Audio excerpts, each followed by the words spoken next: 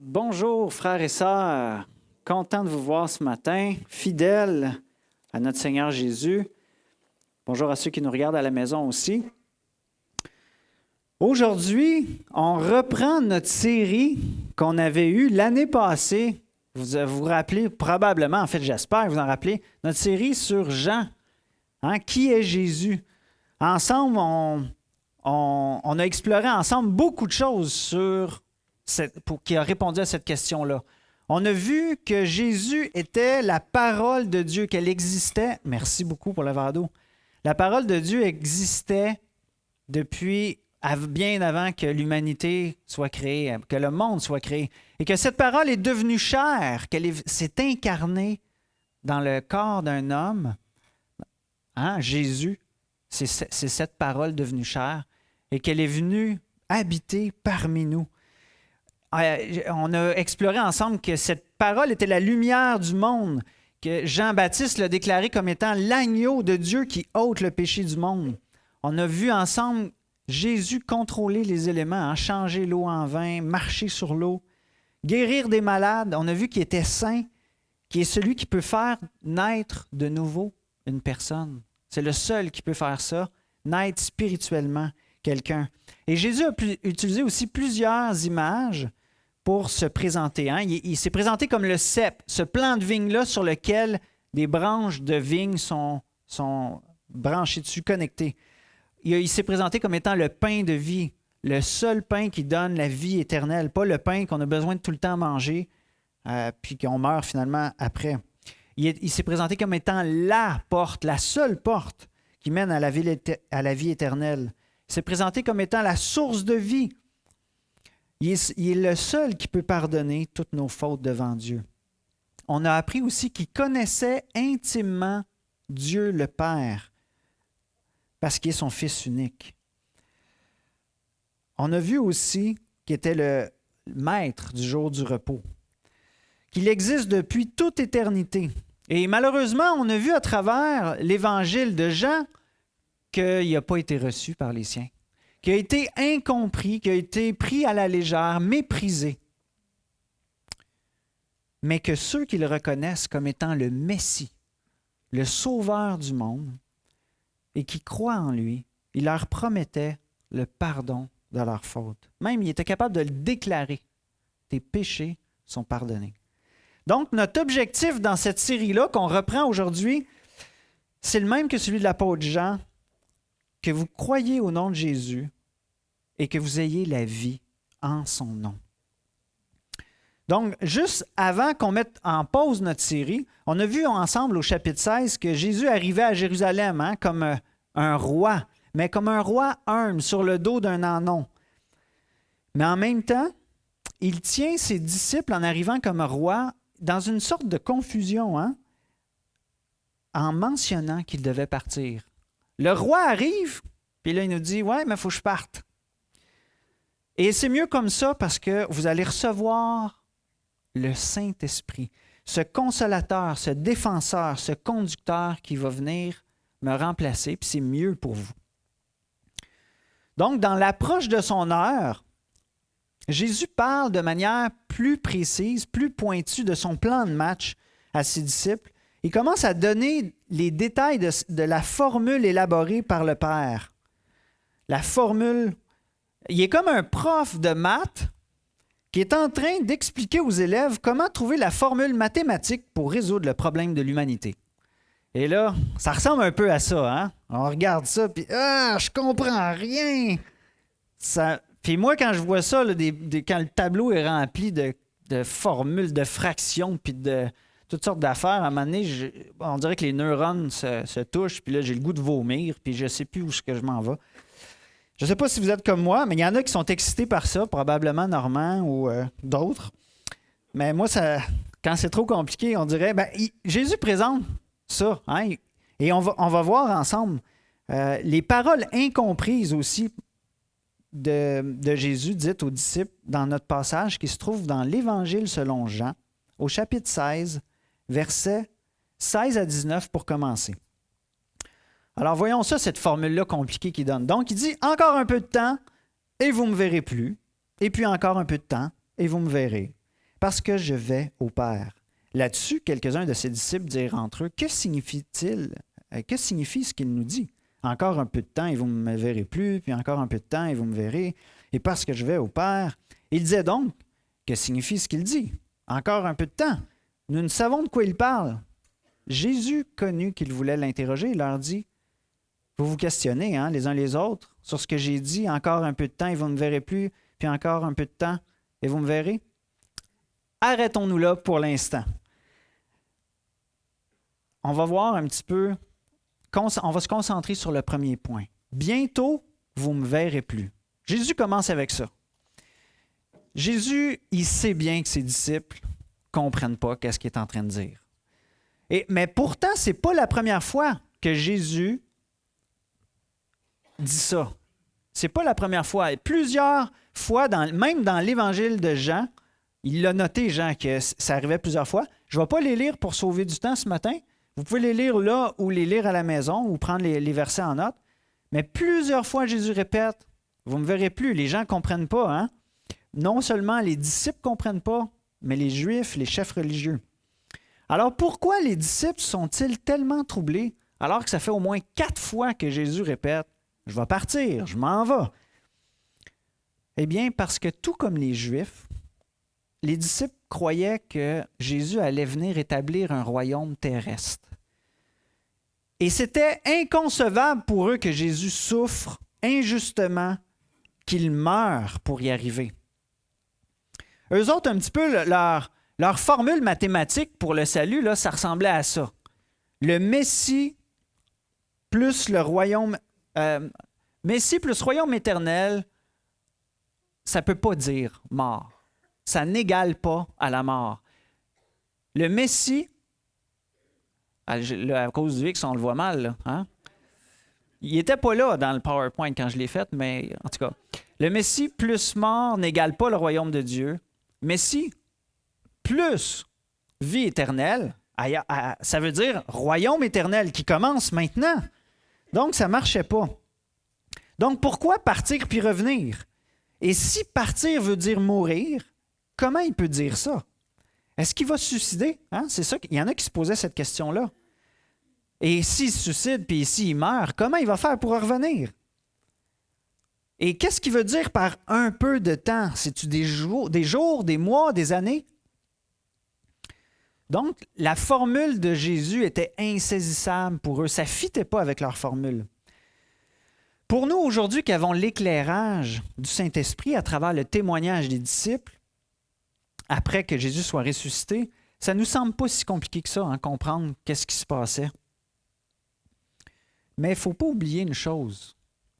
Sans l'éclairage du Saint-Esprit, le sacrifice de Jésus va rester quoi pour l'humanité? Un fait historique. Un scandale ou une folie. Ça n'a juste pas de bon sens. Et c'est un petit peu le paradoxe de la croix.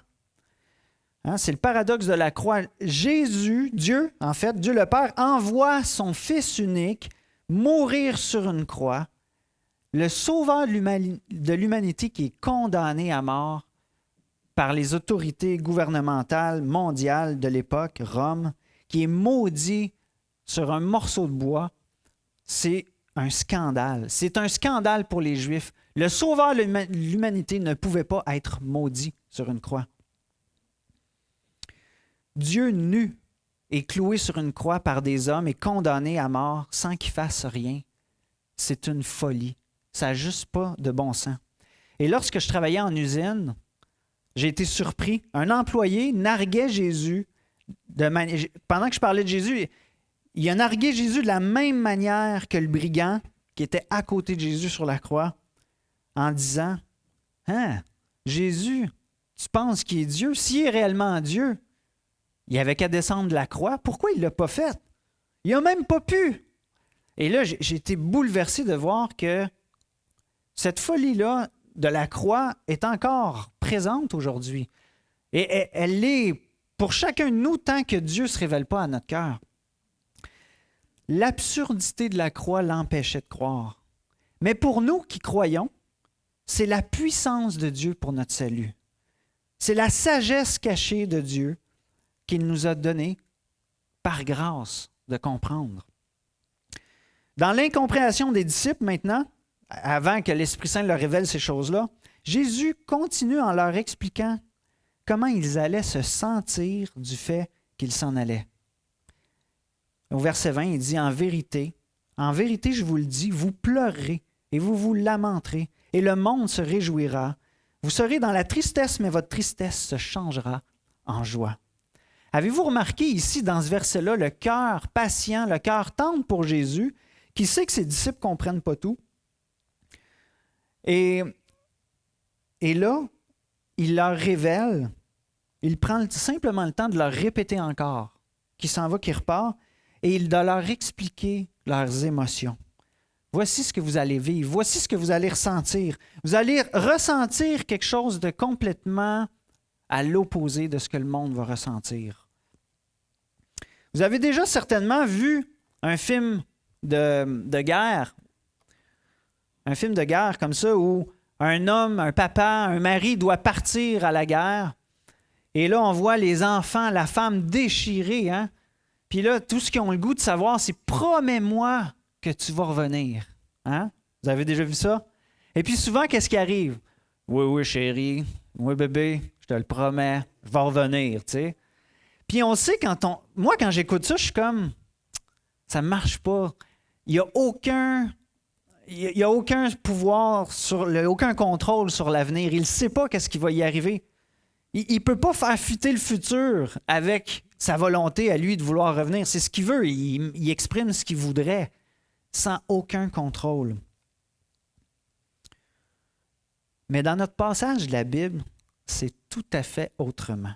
Jésus n'est pas pris de court par la guerre spirituelle qui surgit ou qui est là. Il est bien conscient de ce qui se passe. Il sait parfaitement ce qui s'en vient. Et son plan de match était déjà prêt, bien avant qu'on le comprenne. Vous vous rappelez, ceux qui ont lu la Genèse, hein?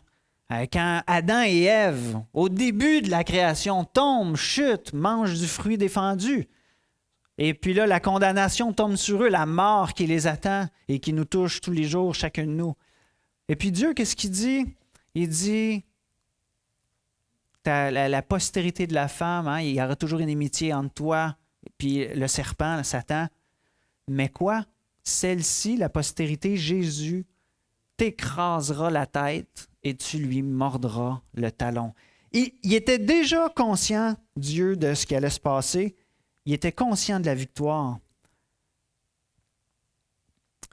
Il sait qu'il va y passer, Jésus, mais il sait qu'il n'y restera pas.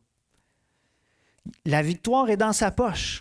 Et les disciples ne comprennent pas qu'il est nécessaire qu'il meure pour établir son royaume. Et Jésus sait qu'en le voyant mourir, de manière horrible et injuste, leurs émotions allaient être en totale opposition avec le monde. Il allait être démoli complètement, les disciples. Puis le monde, on le savait que c'était un imposteur, que c'est même pas le roi du monde.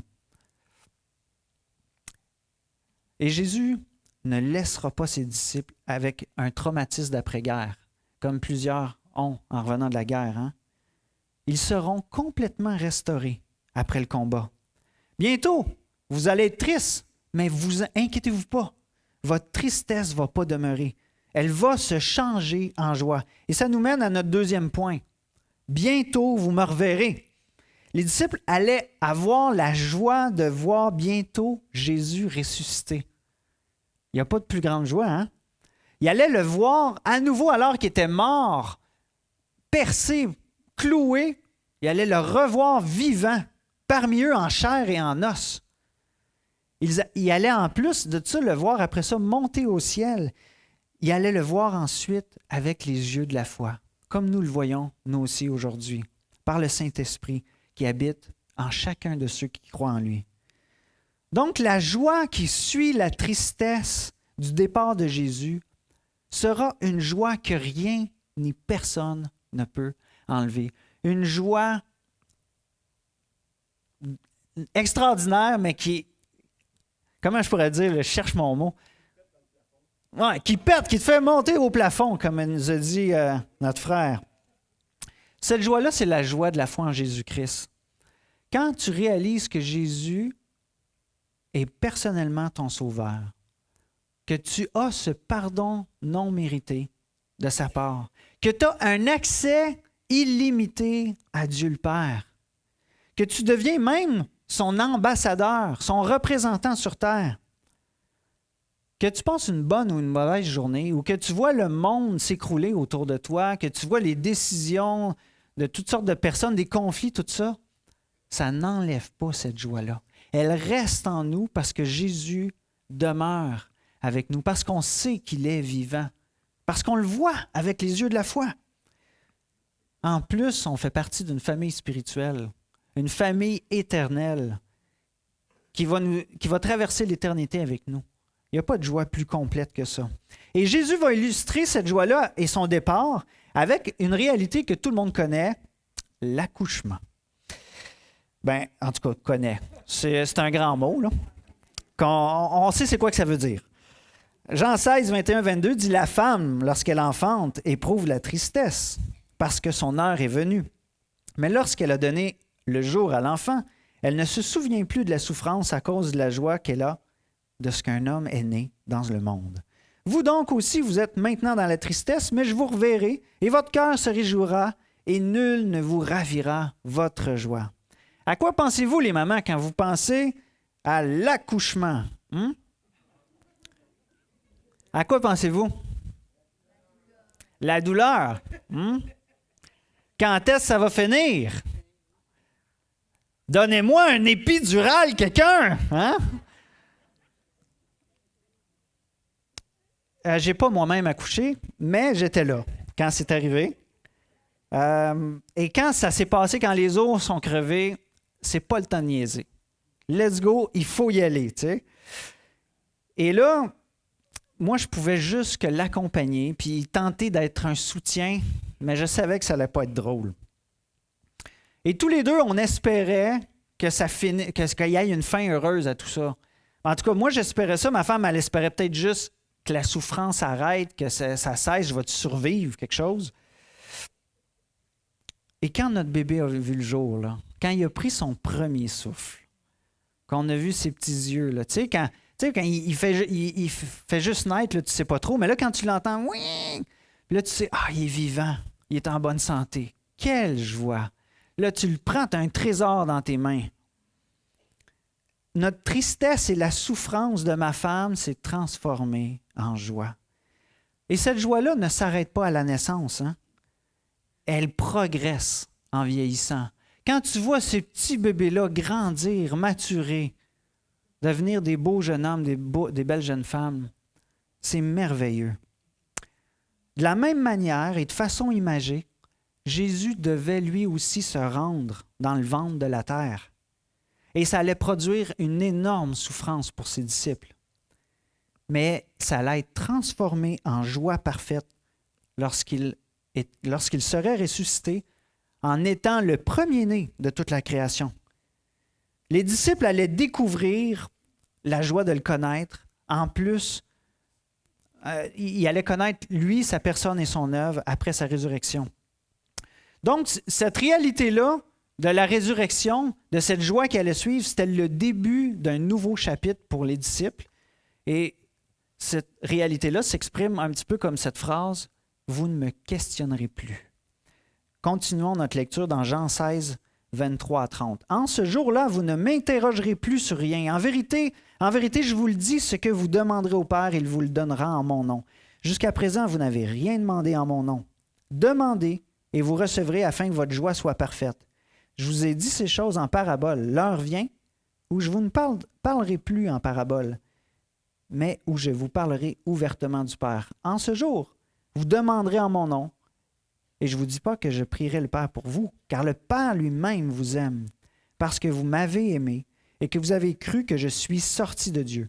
Je suis sorti du Père et je suis venu dans le monde. Maintenant, je quitte le monde et je vais au Père. » Ses disciples lui dirent, « Voici maintenant tu parles ouvertement et tu n'emploies aucune parabole. Maintenant nous savons que tu sais toutes choses et que tu n'as pas besoin que personne ne t'interroge. C'est pourquoi nous croyons que tu es sorti de Dieu. » Ici, Jésus l'enseignant de mathématiques, annonce qu'il allait avoir bientôt la solution à la formule mathématique. Il allait avoir toutes les réponses concernant leurs nombreuses questions qu'il y avait par rapport à son départ.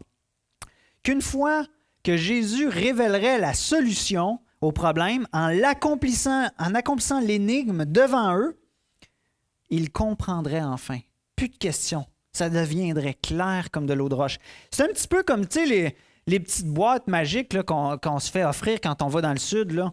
C'est des petites boîtes, puis là, ils te donnent ça. Tiens, ils vendent ça, tu sais. Puis là, tu essaies d'ouvrir ça. Ben voyons comment ça s'ouvre. Puis là, tu essaies beau de tirer de tous les sens. Tu n'es pas capable d'ouvrir la petite boîte magique. Puis là, lui, il te le fait.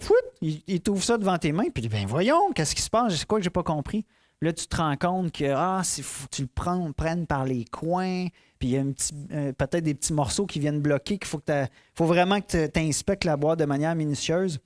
Eh bien, comme ces vendeurs-là, mais Jésus, il allait montrer la solution en le faisant devant eux.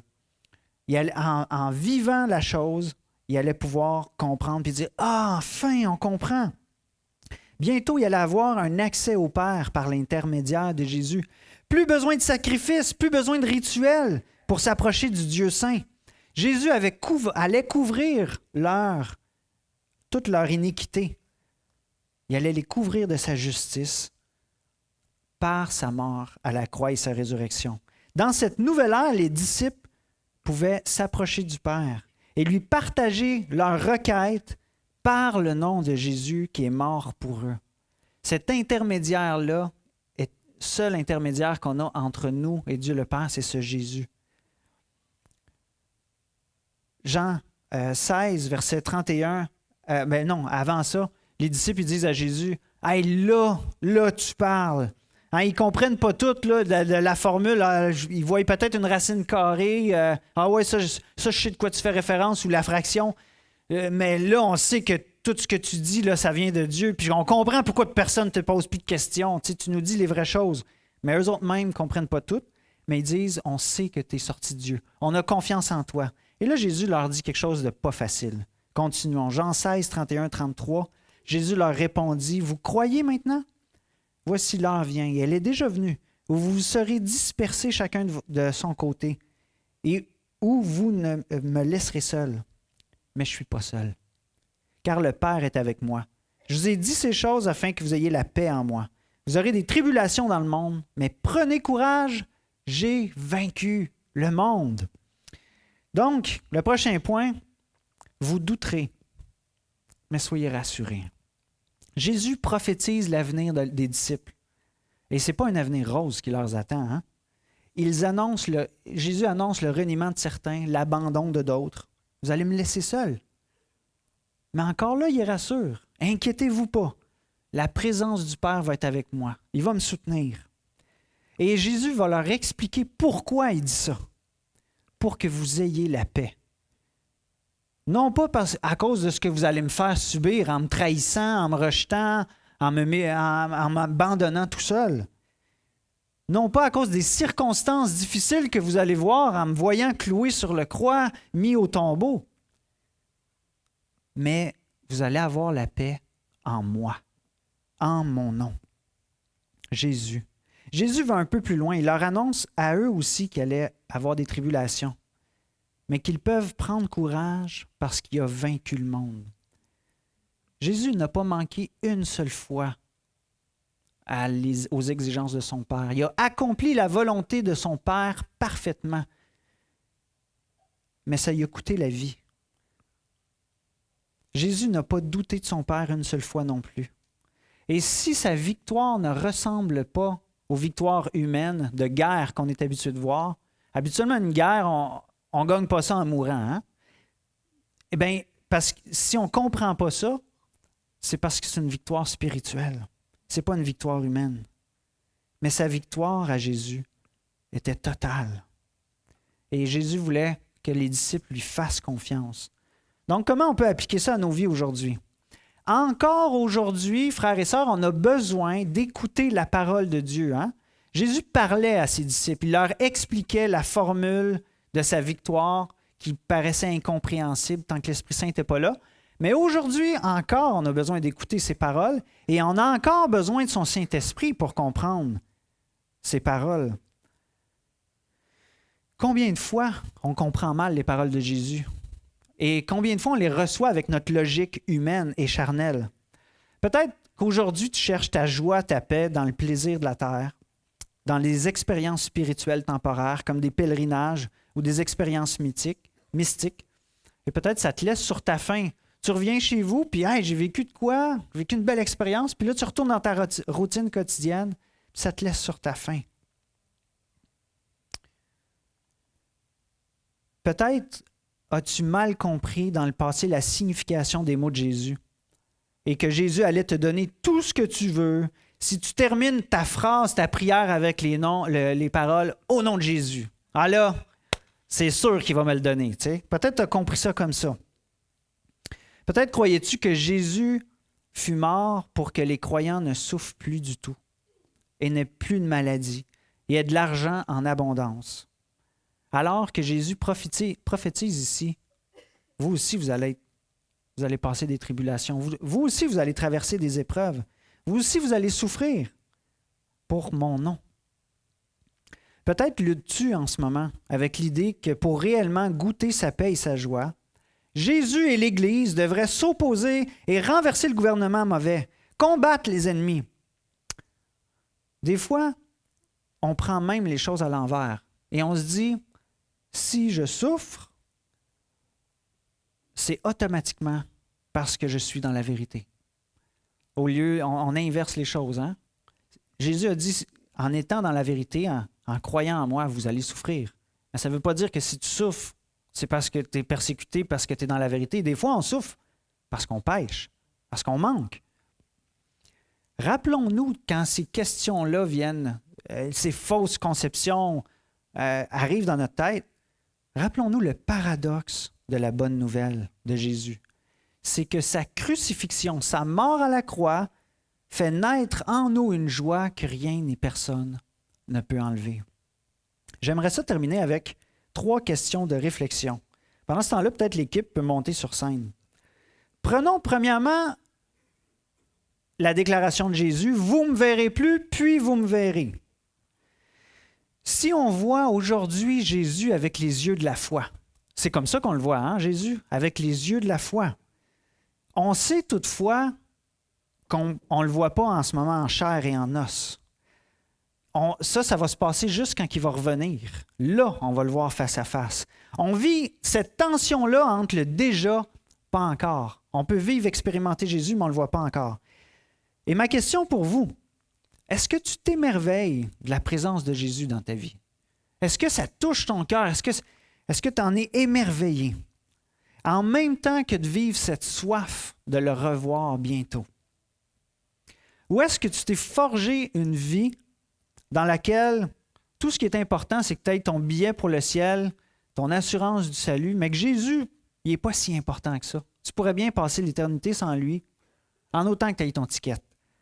Si c'est le cas, je t'invite à le confesser à Dieu et à redécouvrir la joie de la communion avec lui. Parce que la communion avec Dieu, c'est un critère, un élément de base de la vie chrétienne.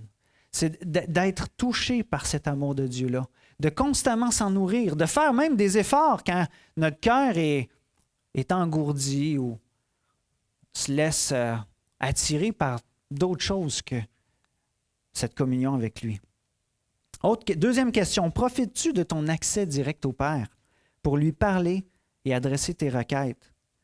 Peut-être tu te sens sale devant Dieu, peut-être tu te sens honteux, indigne de t'approcher de Dieu. Peut-être cherches-tu à mettre ta vie en ordre un peu plus. Peut-être que là, on va pouvoir me présenter dans sa présence puis lui demander des questions. Si c'est le cas, rappelle-toi du nom de Jésus. Rappelle-toi que ce n'est pas par ta vie morale meilleure qu'un autre ou qui progresse que tu vas accès au Père, mais c'est par le sang précieux de Jésus qui coulait à la croix. Rappelle-toi ce nom-là.